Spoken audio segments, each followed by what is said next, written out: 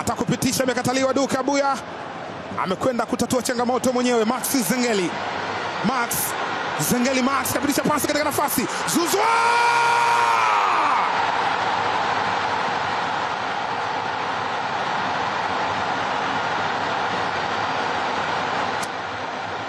Huyu ni Pacome Zouzoua, ni elephant. Aliacha mwenyewe kwa Max Nzengeli, akaiomba, akapitishiwa, akamchosha golikipa George Chikoka.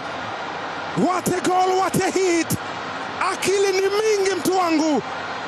Huyu ni Pacome Zouzoua. Vilio vinasikika Lilongwe, vilio vinasikika Blantyre, vilio vinasikika Mzuzu.